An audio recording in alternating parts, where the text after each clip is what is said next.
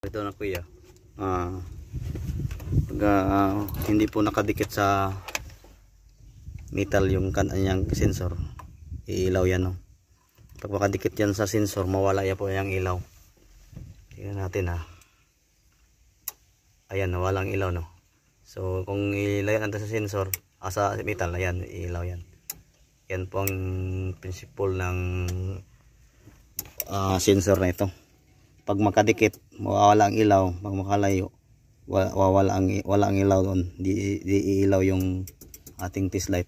O nako. Hindi na makainit. So yan lang po mga kuya. Ulitin ko lang mga kuya. Q12 po itong yung ating relay. Nandito po sa Q12. Ayan, Q12. Yung fuse na dito.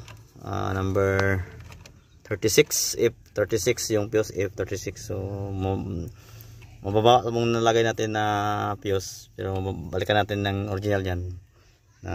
Siguro number 10 po yung sa fuse dyan ng, tignan ko lang kung anong nakalagay dyan sa kanya. 36 10 amperes 10 amperes po. So 5 amperes na nalagay natin, so maglipas tayo mamaya ng 10 amperes. So yan lang po mga kuya, na dito po yung isang linya dito. Yung kulay po dito ay itim rebete maroon, no? Itim rebete maroon dito po sa pangalawa. So yan po ang dahilan kung bakit may grounded yung ating fuse dito, no? So maraming pong salamat na wala na po yung grounded at umilaw na din doon sa likuran. So atin na i-fix yung ating sensor. Ngayon kuya, i-start muna natin.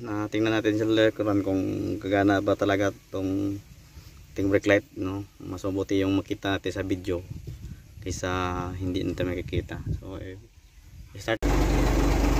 Okay, pakikuan sir, brake sir. Ayan, no?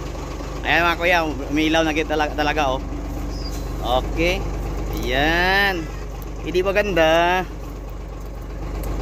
Okay na sir.